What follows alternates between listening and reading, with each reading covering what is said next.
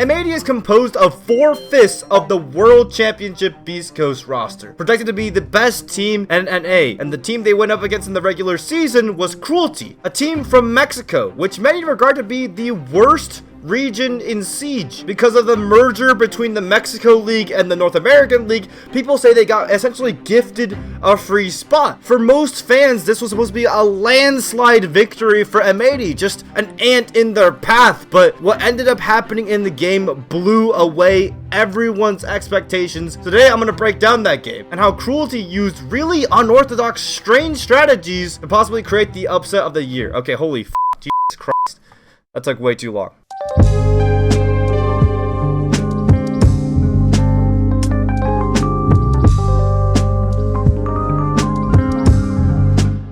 So going into this game day, the social prediction, already kind of gives it away. 85% M80, 15% Cruelty, which makes sense, as Cruelty were currently 0-4 in the league at the time that this game happens, and M80 were 3-1. Now, for those of you who are unfamiliar with Mexico's reputation in Siege, I'm just going to go ahead and play this clip.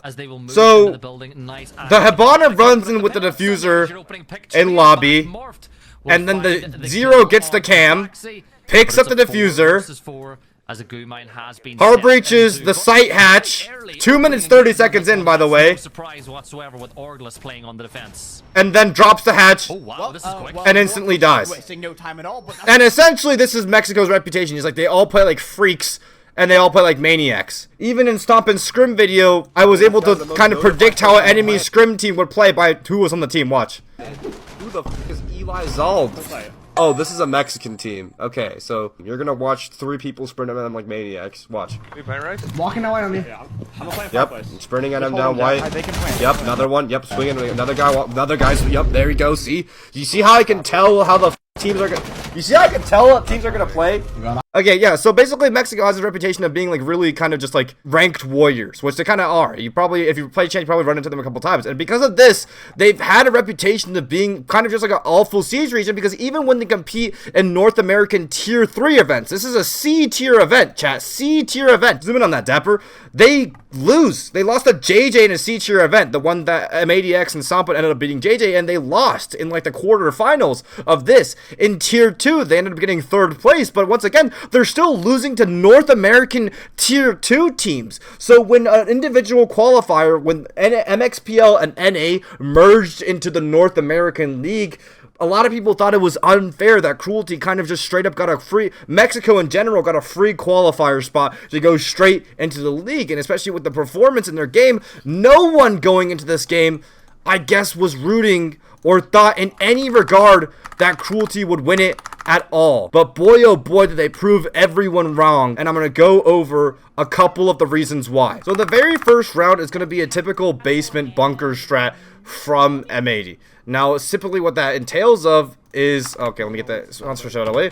Entails of is, you know, the typical putting down a lot of plant denial down by the blue side, because the blue plant is so incredibly popular, and then Kino's going to play on this blue staircase with a shield and another Goyo canister so he could fall back and pop the Goyo canister there, and kind of play a hard blue layer with this hard echo strategy. Echo, smoke, Goyo, plant denial for the blue side. All this resources thrown at the blue side because it's such a powerful plant, right? I want you guys to remember that bucking open the wall on the blue, I've talked about it multiple times. Bucking open this blue wall and going in backwards and planting it on the hard wall is such a powerful plant spot, right? That most teams end up gearing their entire defense against the strategy or gearing their attack for the strategy. Now, the very first thing you start to notice with Cruelty is that they look a little different from their previous games that ended up leading them to a 0-4 scoreline. They look a lot calmer. So I'll break that down a little bit later, but Cruelty go for the blitz to clear it down into open area. Why open area is important is because open area harbors the 2 hatches that go directly into sight. So usually you want to start a roamer there to basically make sure they don't get it in 0.2 seconds, but unfortunately Cruelty do. So pretty typical stuff. M80 fall back onto their anchor setup now, and Cruelty have taken the map. They have the entire time to work with.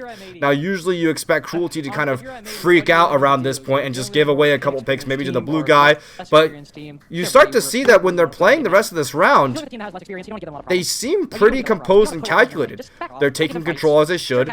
They're taking their sweet old time, and they look very, very different from the Cruelty of old, from earlier the stage, which this is what they looked like before. This was why they were 0-4. This is a game previously where they were against SSG, where they were 4v1 clearing Fultz. No, 5v1 clearing this guy. Look, watch. They had active info on him. Fultz is by himself on the roam, right? There's 4 people initially down below on Fultz, okay? Because he gets spotted out by this drone. He gets spotted out by this drone, right? Look, 4 people. All they had to do was just send them in with a 3-2-1, with any sort of refrag, with any sort of double swing.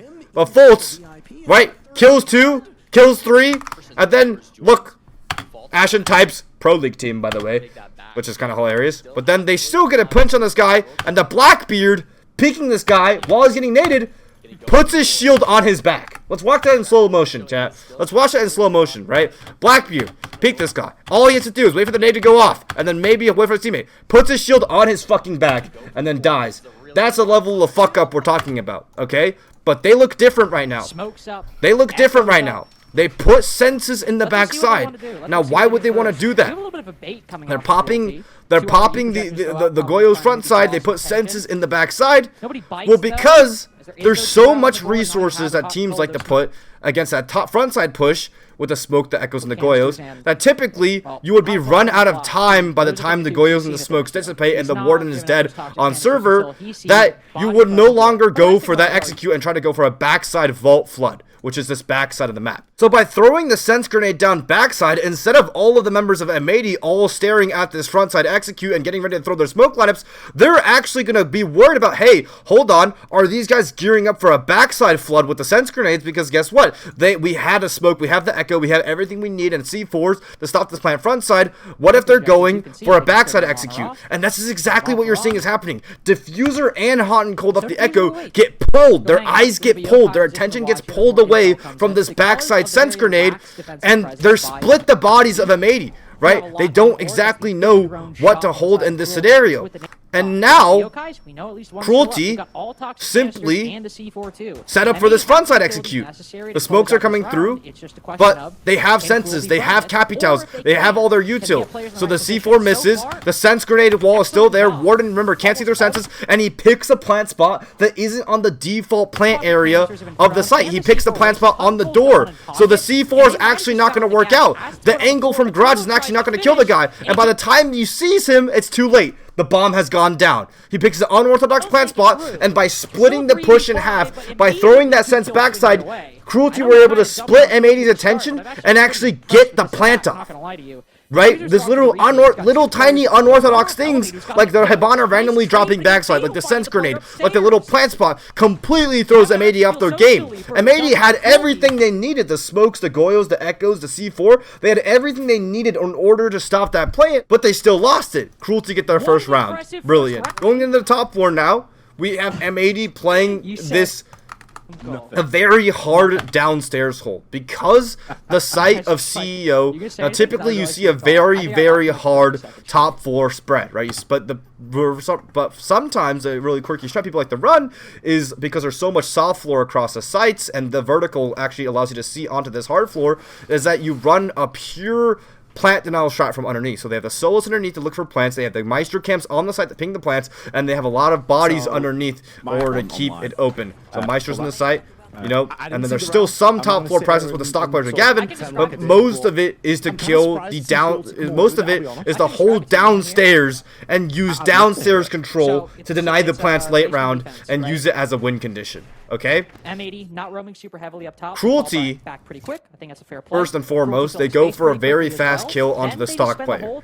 So Gavini is playing stock because without stock, you get essentially free top scorer hallway control. Without holding down stock, essentially the enemy team just like gets free control of the hallway, free control of stock, free control of the hallway. The janitor guy is fucked, and then they can do anything they want. So no matter what, even if you're holding underneath, if you have a 3-man hold, you still want to have one guy stock, one guy Janny, and that's enough to get a crossfire on outside square, on top square, on the hallway, on the site, and the windows, and you know, these 3 players are able to basically create a proper crossfire on each other, right? That's the distribution of M80's players. And you see like diffusers underneath playing this one, plant denial strat with a double reinforcement on Archives tellers, right? So unfortunately for Gavin, he goes down peeking stock. And that's a big hit and blow to M80's body count, because now, okay, now we don't have stock control. Now they can take through the hallway. Once again, because we don't have 5 people up there, which is what teams usually do, is that, like, we don't have the bodies to necessarily fight these people. Okay, do we now fall back to the first floor and play with our bottom floor roamers to stop the plant and keep them alive? Or do we stay up here to kind of make sure the enemy doesn't have the entire rest of the round to plant? Because remember, even if you fall off, the enemy has 2 minutes to plant the bomb. They can, like, run around, tap plants, get picks off their tap plants. They have too much time to work with, and there's not a lot of pressure on the board.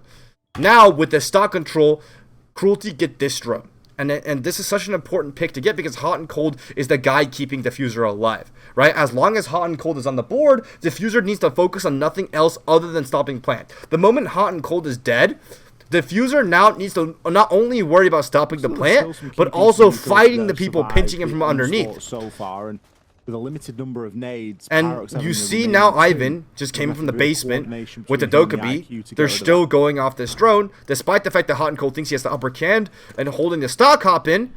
Ivan is now going to walk up the staircase and farm an absolute freebie on Hot and Cold. And look how composed this is, right? Night and day difference from previous Cruelty games where they were looking insane like maniacs, like they were jiggling too much, peeking everything, running around like morons, honest to God. This time, they drone the guy out, they 3-2-1 it, they have Fatal take first contact, 3-2-1, you see him first, Pyrox hops in at the same time, and Ivan go in the same time. Night and day difference from the SSG game we saw earlier, where they just all went at faults one by one and just insta died. Right? At least the coordination has. Already there's an energy change in the air. They get the player underneath, now Diffuser is fucked. Because main stairs was his main way to come back. If the enemy team, he can't really go up square staircase because it's cut off by the enemy teammates. He's completely cut off. Kino goes down in sight. And now Diffuser completely cut off. Cruelty with a beautiful roam clear. Right? Splitting the defense in half. Stuck in main lobby by himself. Don't want to see this blitz get too aggressive. And absolutely forcing a 4v2 now. Remaining 50 seconds. Now, take the time. Reset. You still got the bees. Formulate a plan around this blitz. And here's the most impressive part about all this, is that at the 4v2 mark, then they hate something what's called in Pro League, what's called a reset, right? A reset is if you get the advantage, or even if you lose a pick, you tell your team to slow down, to stop giving away picks or throw away bodies, to give the enemy the chance to get their picks back. Because usually when the enemy goes down, what do they want? They want picks back. By resetting, you stop the enemy from getting able to get their picks back. You stop in your tracks, you set up crossfires, you get more info, you figure out what's the next step. Look at this. Cruelty from a region that are known to play like maniacs, right? Once you have that figured out, people that, you know, seems what they're doing. Doubt of them that know to play, like, make moronic mistakes in the late round. They hit a full reset. They rotate everyone to top square, right? They use their control. They take stock control, and they essentially just go for what's a free plant. Diffuser gets back underneath because he reads the fact. Diffuser gets back underneath because he reads the fact that Cruelty now want to go for a plant, but SK knows that too, and just holds Diffuser. And now they're in a 1v1 for the round. Now, if Diffuser wins this 1v1, then Diffuser might be able to win the round for his teammates. But unfortunately for him, he doesn't. And they kill Gunner on site. And maybe now go to open area. Which, if you don't know the dynamics of open area, essentially, here's how open area works. So open area is one of those sites where, as an attacker, you have to take top floor. Why is that? Because, well, look at how much soft floor there is just directly above the site. There's also another hatch just directly above the site, not only in stock room, but also going above the open area, obviously, but also in janitor above the connector between the two sites, which is also a very important room, because if you want to roam inside of Archives Tellers, which is the adjacent area of open area to kind of support the two entry doorways to open area, then in order for this guy to get back into sight, he has to rotate between mini, right? So top floor control is very, very important. Cruelty wanted to do a top floor take this round. Now the issue is when they're droning out MAD setup, they drone down actually an extremely aggressive top floor setup. So when when Fatal throws his drone into top square, the first thing he sees is these top square holes, right? That can look from Trump all the way down onto the top square entry, and then after scouting out a bit more, he notices this shield on stock and a stock double reinforcement, right? So this was kind of also the crossfire we talked about earlier, where you have a stock double shield reinforcement, you have the shield here, the player playing top stock, and he can contest top square entry, Okay, and then there's holes along this wall where the janitor player can actually see if people are hopping in through stock to kill the stock guy. Not only that, is you have a player playing inside of Trump, which now he also has angles from all his walls that gets a really long angles in the top square entry. Because top square traditionally is the easiest entry for attackers to take top floor control. Right, you have multiple avenues through stock, through top square, from which you can pinch through, right, into janitor and take through the map and figure all that jazz out. But that's traditionally where this setup expects people to entry from. Cruelty see all this and say, you know what? We're going to walk a guy straight through lobby, off the knock scanners, through the cameras, and through a barbed wire in a feat that you would never expect this from anyone other than, I guess, Mexico. That barbecue sound, that barbed wire sound cue. He finds the gap in the strat. Why would they know? He gets a freebie off of that, and now he's caught M80 off the first pick. Now, what does Cruelty do? Do they go for the next pick off top floor? Do they still continue to try to fight this? Because M80 is like moving around and freaking out about it? No. Cruelty actually flowed down to kill the players inside of Teller's archives. Well, because okay, M80 did fall off, right? M80 wanted to fall off this roam now because, okay, now we don't have enough bodies. But now Cruelty go without even making vert. Typically at this stage, you have top floor control. You make vert above archives Tellers to go for this next. Right? Each time, all M80 now, or Cruelty, taking a bit of a chance. Cruelty now drawn a bit, and they go immediately for Teller's archives picks. Right? All opened up by the initial pick through lobby. They double swing into Teller's archives, get diffuser, and now they've taken Teller's archives. When, if you think about the traditional setup of like how you want this push to go, it's like kind of confusing, right? You just took all of top floor, you killed the guys over here, now you just need to get the hatches open and then drop the hatches, and you cut them off from Teller's archives, and you just win the round by dropping the hatches, go for printer winner, execute. You still do the archive sellers though, so I'm kind of lying on that. I'm not gonna lie, but it's throwing M80 off, right? They just threw 3 people at Teller's archives. Beautiful coordination, right? This guy, like, if you look at the way he swung it, he let his teammate take the gunfight first, okay? Instantly gets the gunfight, and then he immediately swings off the perfect info and shits on him, right? After that, the Ibana gets down into square area and starts opening kitchen walls, which is actually opposite of what you want to do when you're going for a hatch drop execute, right? So now, I mean, you think, okay, they're going for a kitch execute because they just opened kitchen walls, right? They're going to go for the other side. They're going to go through kitchen double. They're going to plant behind the kitchen rack on this side of the map. Okay? Down that bottom floor, and Gunner's not been droned. And off of that info, off of that nade, off of that util, Ivan just drops the hatch. Down goes Ivan, immediately spots Hot and Cold. And he just straight up drops the hatch.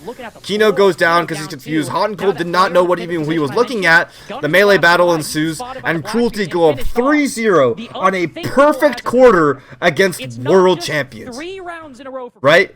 The running through a barbed wire to get the entry straight into the flowing down into the Teller's archives kills, straight up flowing down into opening kitchen walls to distract them, and then dropping the hatch immediately off. That throws M80 off so many times in one round they don't even know how to keep up. And so the next ban phase comes through. Smoke is banned. Smoke is banned by Cruelty. I want everyone to remember this ban for the future, but M80 banned the Blitz because they don't want to go up against more shields and more aids, more cheese.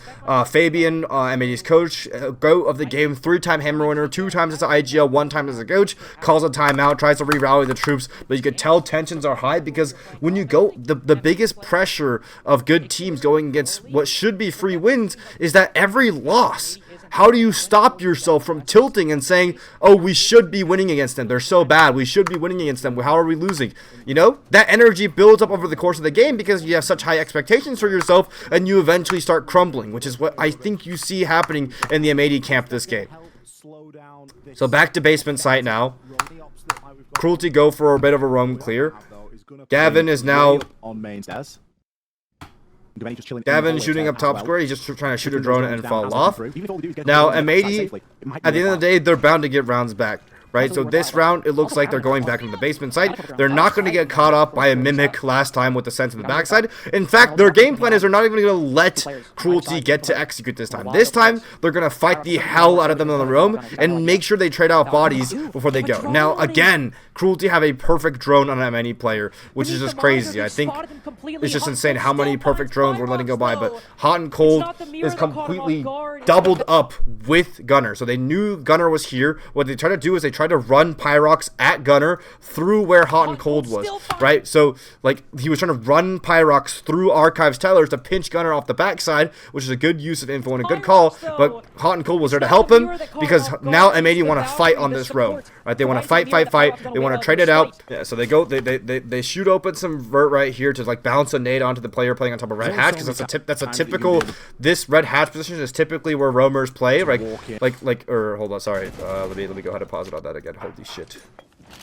There's only so many times that you're going to be able to... So this Red Hatch position is, like, typically where roamers play, because, like, you know, like, they like to play here and then drop down the hatch to fall off, and so now they go down the hatch, go for aggressive take, but unfortunately for them, M80 want to fight this, right? They have a double crossfire on it, Gunner gets a kill, Gavin gets a kill, they have absolutely shut down on Cruelty, and now we're seeing essentially what people expected this game to look like since the start, right?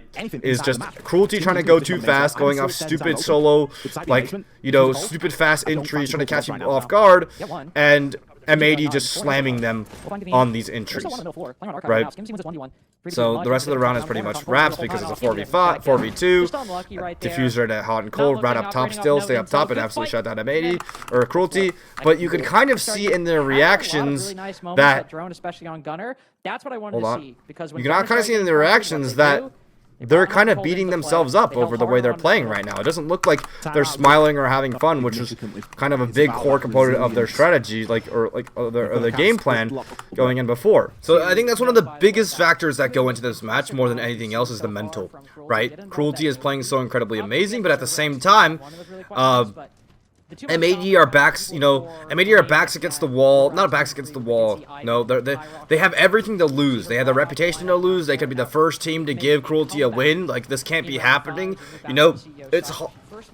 It's so vital to, like, train yourself to maintain at the top, train yourself against that, especially since when they won as Beast Coast, they were the underdogs every single game, no one expected them to win, right? But now people expect them to win. It's a different type of pressure, right? Whereas Cruelty are backs against the wall, 0-4, they have nothing to lose, they have only everything to prove, right? Night and day difference. Top floor hold, M80 give up holding underneath. They want to go for holding all of top floor now, so Cruelty don't need to hunt them underneath more. They just need to clear out what they need to clear out. The stock player, once again, 5-man top hold, gets naded out. Of the shield, no, Gaveni can retreat back to that position. Flores drone comes through, breaks open the bar. It will look like Lucho clear comes through, let me see. Track Sting is going to be or Rotero. But here comes all the... A little bit likely get dealt with either by a nade or the floor slowly creeps over the top main, and look at this, look how beautiful this entry is, right? Throws all the track stingers, nade comes off, breaks the shield, double nade onto that guy, Fatal walks through, fries the guy on the cabinet. Absolutely no chance right there. And they've already killed 2 people off a beautiful 3-2-1 all at once. They killed the stock guy, or they didn't kill the stock guy, but they killed the janitor guy and the player playing inside the site on the cabinet. Or no, the E3 guy, sorry. They killed the E3 guy, the guy down E3 hallway and the guy playing on the cabinet.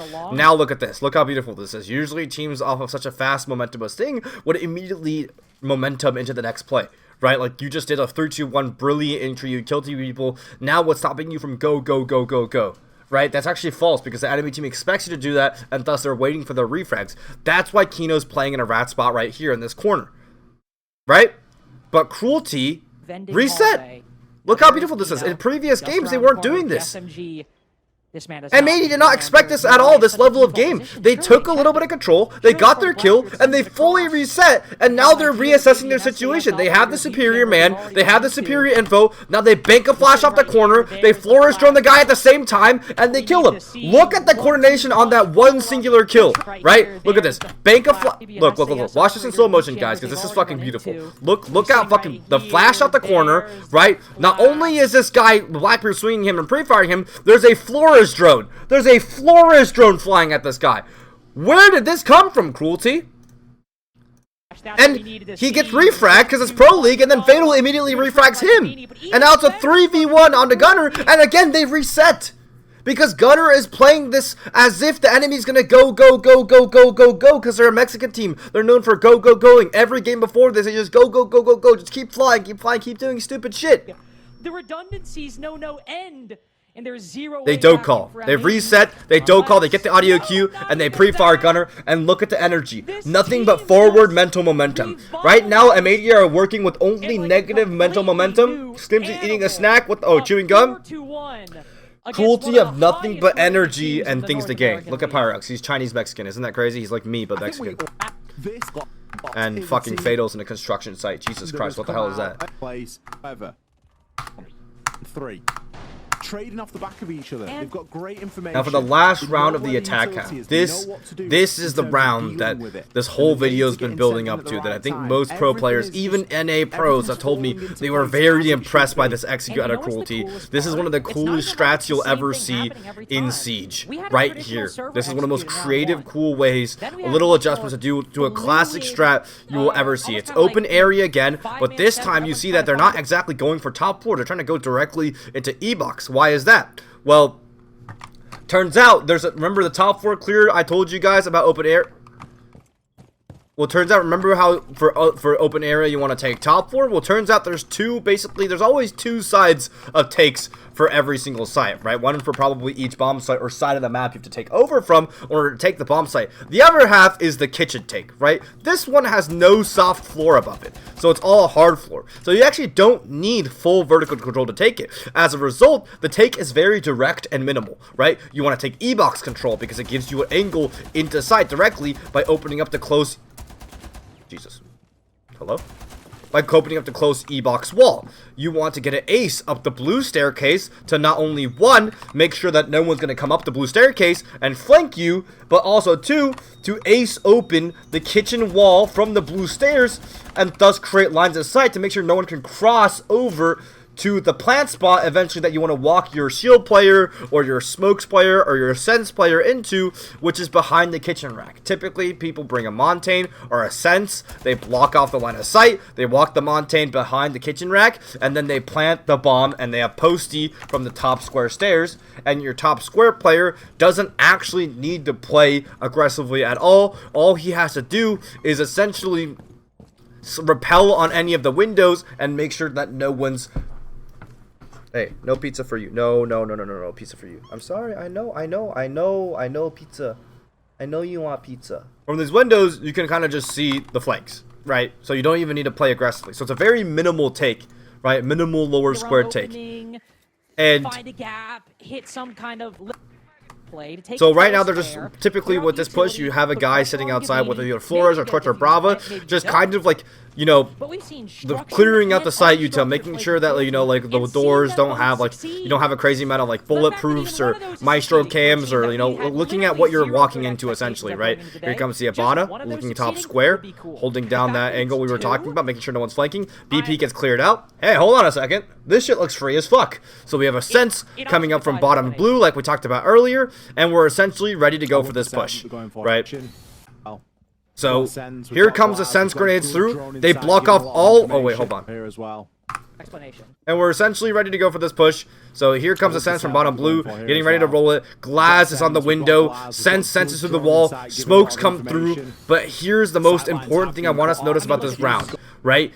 They banned the smoke so that there would be no smoke operator on site to throw the smoke grenade behind the kitchen rack, which a C4 can be thrown actually a lot shorter than the smoke grenade, right? So it's a lot harder to deny this plant now because the smoke is banned. And 2, the plant spot that Mutombo is on. Typically, the plant happens on the kitchen rack. Mutombo is directly planting on the door, and they don't even have the kitchen quad wall open. A critical mistake happens here from M80, is that they actually end up tubing the planter. Why is that? Because Kino throws a C4 that actually would have stopped the plant, but it doesn't go off because it's frozen. It's frozen by the tuber out, and now the plant is down. And now M80 is actually winning the retake. They're actually getting picks back. They have a 4v3 on the man body, but the round is essentially won because of the plant spot that this bomb is on. Right? If it was on the kitchen rack, this Azami could do an easy retake on it, but it is on the door, which means that this player, Fatal, on the square skyline, or on the square rappel, has direct line of sight onto a perfect post plant from outside the building. So no matter how many of his teammates dies, look at this post plant, guys, and just listen to how shocked the caster is at this angle. Attacks that are catching M80 off guard. What's that angle from Fatal? Who holds that? Am I watching NJR? What is this mailbox I'm seeing at top square? 2v2. 2v1. And he literally kills everyone, or Ivan kills everyone from the angle. What a brilliant strategy. I swear to God, if I hear bank attack from one person, I will lose my mind. Even if they lose, I do not care. I love that from Cruelty, and that to me is a win. I've never seen that angle on the top of square. That's who unreal. Holds that? No. Now, I do want to clarify one thing, that's literally like one of the most common angles of all time. But like the fact that they used it for a post plant is what is really surprising the pro players, and that a lot of people thought was really cool. And props to Cruelty for their creativity. But let's be real, bro. Mingo holds that on Roller Saturday. Like this is like a very common angle you want to hold when you want to hold aggression out from kitchen double. So I'm not gonna lie. In terms of like who holds that, what is that angle? Very common angle, like very default common angle. Just to clear it up before people are like, oh, I saw Mingo. I know, like everyone holds that angle. All right, Cruelty again with the Ace Habana ban to make sure no one can play. Look, we're just passengers. We can't control. Cruelty ban out the Ace Habana on their defensive side, right? The Ace Habana essentially stops you from playing, essentially attackers, which is now the meta of Bank, from opening these two walls. These E3 walls usually get on rappel outside on lobby to open it up, and it would cut off. You get on this rappel, you open these two walls, and it would cut off the entire hallway, stopping your stock player from rotating in and back to site, and stopping people from going up and down main stairs, right? It cuts the entire map in half. It allowed for the lobby take to be good, where you could walk the mountain up the lobby stairs. So that was very common. Now it's almost permaban the entire time. Credit Cruelty because they've played fantastically M80, because of this, they're setting up for something called a Windows take, right? So instead of fighting stock against, like, you know, instead of fighting stock against the double reinforcement shield setup and the crossfire from everyone and their mothers, they're going to try to, this setup, they don't want to fight into the setup, right? Because it's fucking like so much fucking goddamn util. I'm kind of just giving myself over to the fandom. You're gonna try to go directly from the windows in order to plant the bomb, right? So M80, here we go. Diffuser gets in underneath. He gridlocks off all the flanks. Echo drones are on site, en route. We baguette, but you know, drones coming through. We're gonna start clearing util. We're gonna start essentially working the round. They're getting ready for this attack, right?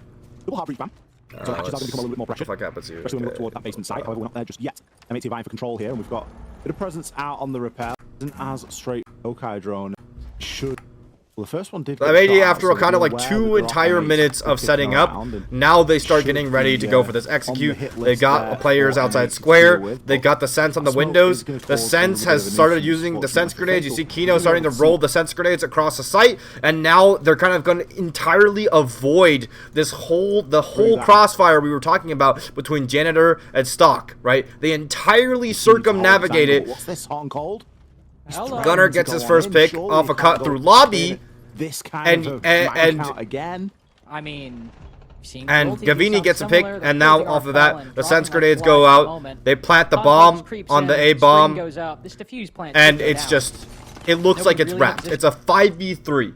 It's a 5v3, and you got the bomb down. Diffuser eventually goes down, but they trade out into actually a 2v3. Now this round looks absolutely lost for Cruelty, right? You have 2 people upside down rappel on the windows, and you have angles onto the bomb directly, right? But this is where actually I think the fact that M80 is expected to play or expects themselves to play a perfect siege actually bites them in the ass hard. Because high and low setup from M80 to secure it. here's the thing about this Still bomb advantage plant. 3v2, and unfortunately you're in a position somebody might have to jump out one of these windows. Right. And M80. Because of the jump out nerf, you can no longer ADS when you jump out the windows, so Cruelty can't really sacrifice a person to jump out the windows, kill the guys holding the plant, and then you know, go for the trade. The issue is the bomb plant actually, Cruelty realized, can be diffused, okay, from behind the bomb. Gunner is on lobby rappel, which I actually learned that, I actually think a lot of people were like, why the fuck is Gunner on lobby rappel, right? Why is Gunner on lobby rappel? What is he doing all the way over here? He doesn't even have an angle onto the bomb. But I'm telling you right now, he's playing perfect siege. Gunner's on lobby rappel because as a defender, how do you counter repels if you can't run out the windows? You go into lobby and you look at the windows through the lobby windows, right?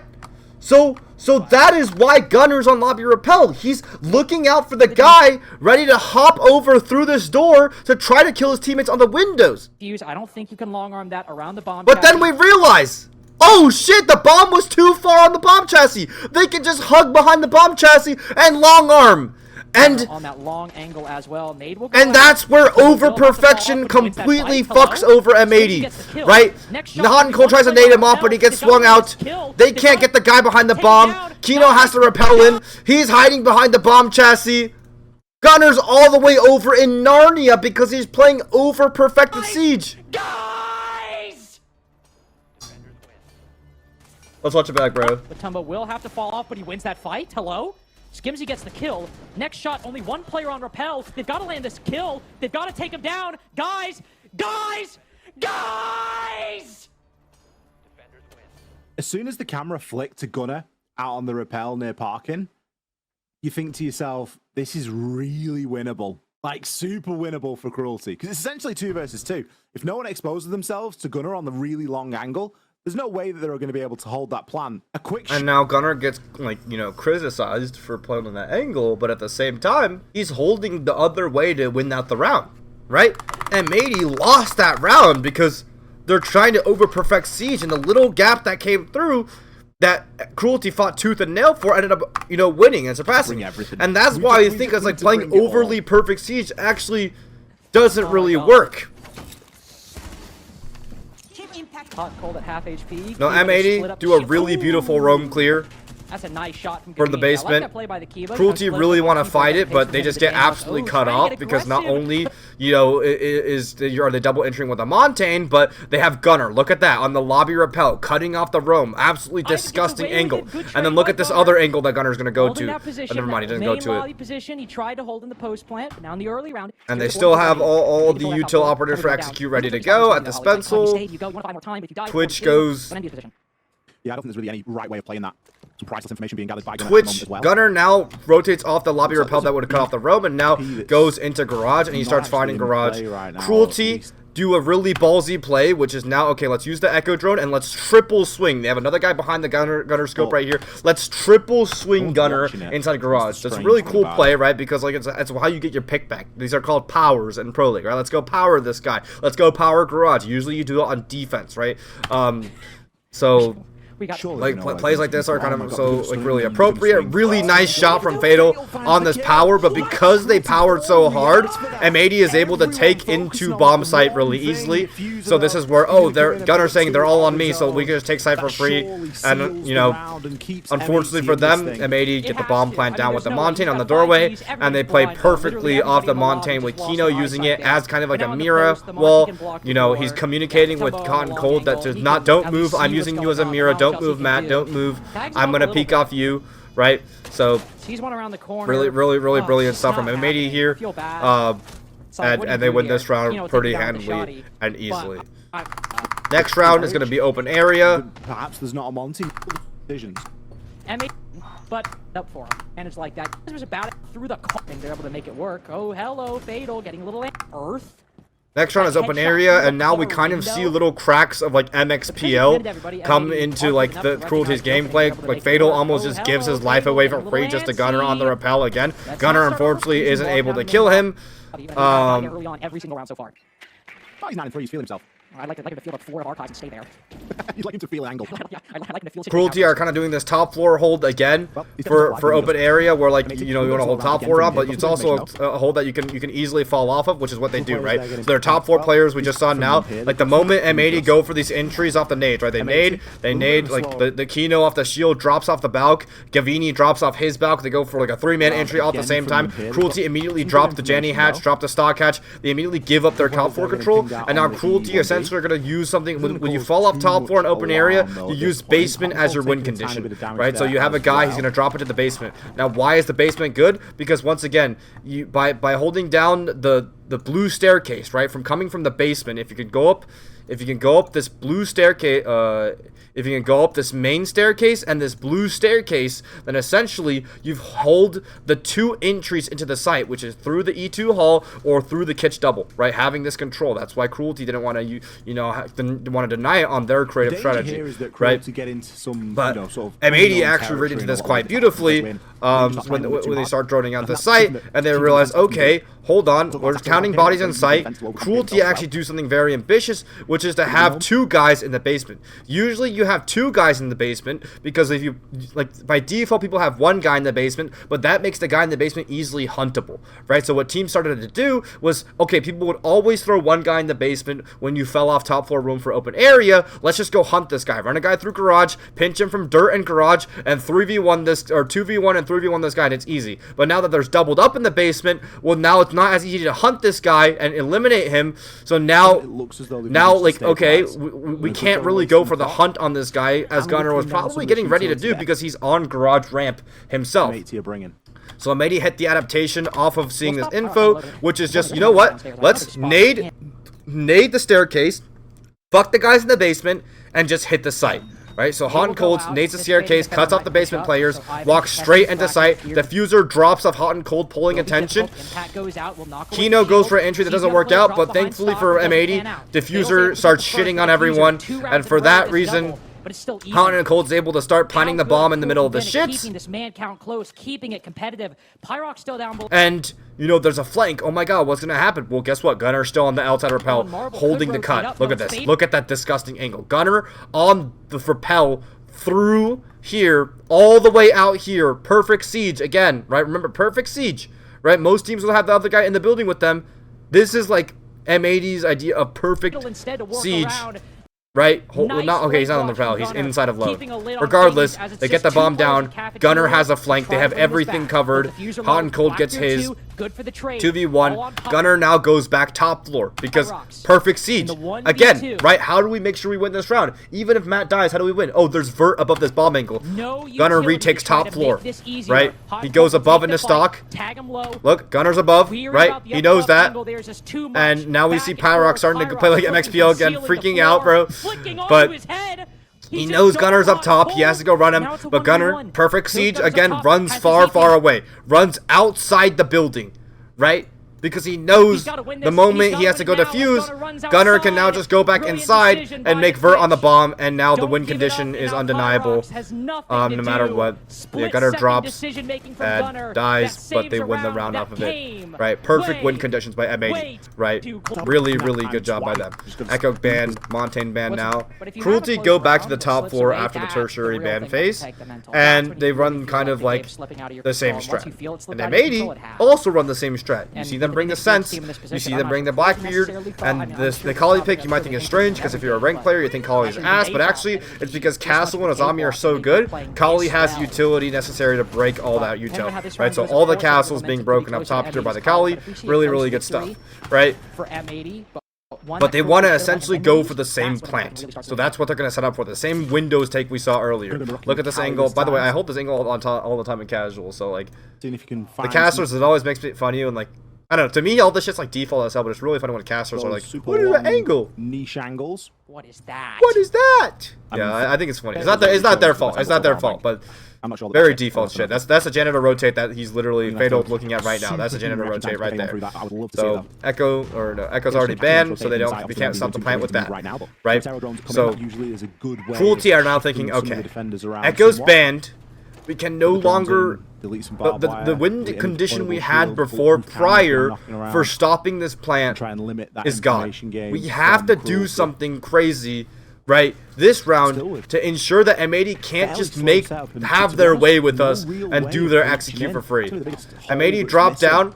They go for double nade on the stock guy. He gets immediately cleared out. Beautiful clear onto the stock guy, right? Diffuser swung into top square. Cut him off from over here. Gavin drops. Hot and Cold drops. Nades at the same time. Look at that coordination. Beautiful clear onto stock at the same time, right? They hop into stock now. Or they don't hop into stock. They just kill this guy. They go into top. Where did they go? Him and Gunner have really been the saving grace for M80 on these attacks. Diffuser with these entries that are later early, and Gunner just watching these saving grace for M80 on these attacks. Diffuser the senses come through on the top floor. Gunner just watching these flanks, but oh my god, right? Hold on. On these attacks. The senses get thrown through on the top floor, and at this point, you're probably thinking they're gonna go for the same plan again. It's gonna be easy peasy. There's not even a stock player this time. They don't even have Echo this time, and many should win this round. But oh my god, Gunner just watching these flanks. But watch there, this. He's actually the one holding Ivan gets himself when the pressure's placed on Skimsy, into a corner by the window. If he shoots at any point, he gives himself away. He's a free kill, and M80 loses the round. But look at the drone. Look at the drone. Look at this drone right here. Look at this drone. Look at this drone. Hello? Look at this drone right here going through sight. Look at it. Look at it. Position. Look. Anybody playing on the He got misdroned. He's misdroned. Ivan sitting in sight. V James, think of the sub. Waiting for the fire. So hot and cold. The moment that fire dissipates, he's gonna start going for plant. He thinks it's free. He thinks that shit's free. We needed to get an unbelievable counter defuse. Right? Sense goes off. Here we go. Hanko gets ready for plant. Ivan's in the corner. Ivan's in the corner, and now M80 crumble. Because what did they do? How did they get him out of this corner? He nades off the sense grenade to make sure his teammates can still have angles on the window repellents, and he's not isolated in the corner. And now M80, they've been completely thrown off guard by just a simple wrap position. Pyrox on a long angle cuts down Diffuser. And M80 struggling for solutions, struggling to piece the puzzle together. M80 pushing in the janitor, the ward going down one by one. Desperate repels. 10 seconds left. But Cruelty off that single wrap position. Brilliance.